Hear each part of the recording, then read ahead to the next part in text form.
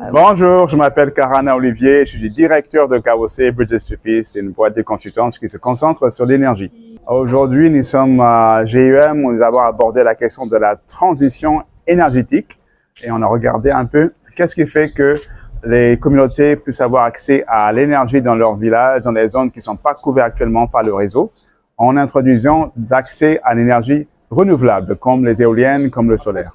L'énergie renouvelable, c'est un domaine qui intéresse beaucoup les jeunes parce que ça présente énormément d'accès et d'opportunités pour l'emploi. C'est un domaine qui est peu connu et que les universités sont en train d'aborder de plus en plus pour permettre aux jeunes de pouvoir rendre service à leur pays en introduisant une technologie assez nouvelle, comme l'accès au vent par l'énergie éolienne. Alors aujourd'hui, ce que nous avons fait, nous avons présenté l'historique de l'énergie renouvelable. Ce fait que ce n'est pas une énergie nouvelle du tout, c'est une énergie qui a été introduite dans le XVIIe siècle et que ça a été abandonné à cause de manque d'intérêt par les gouvernements ou bien un changement d'opinion publique ou bien par le coût.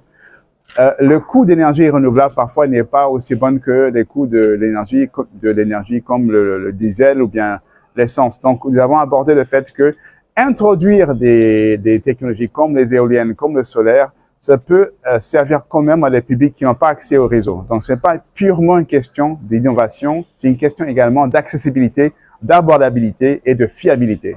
L'énergie est tellement importante pour le bien-être de la population au niveau local, pour générer des emplois, générer l'accès à l'éducation, générer l'accès aussi à la santé. Donc, c'est une technologie indispensable pour faire avancer le peuple africain. Je suis Jean-Michel Kouadio, je suis enseignant-chercheur à l'université Félix Houphouët-Boigny. Aujourd'hui, nous étions à GEM et le thème que j'ai dû présenter principalement était l'introduction des éoliennes sur le territoire ivoirien. Déjà, il faut dire qu'on avait une approche qui nous positionnait dans une optique que l'éolien n'était pas possible en Côte d'Ivoire, ce qui est vrai.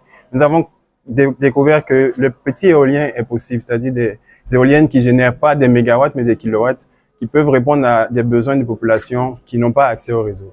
Donc, pourquoi cette présentation ici à GEM? Parce que nous estimons que ce sont les ingénieurs ivoiriens qui vont développer des solutions pour les Ivoiriens. D'où favoriser ce genre d'échange et ce genre d'école, ce genre de formation pour que la Côte d'Ivoire puisse se développer par des solutions qui sont développées par des ingénieurs ivoiriens.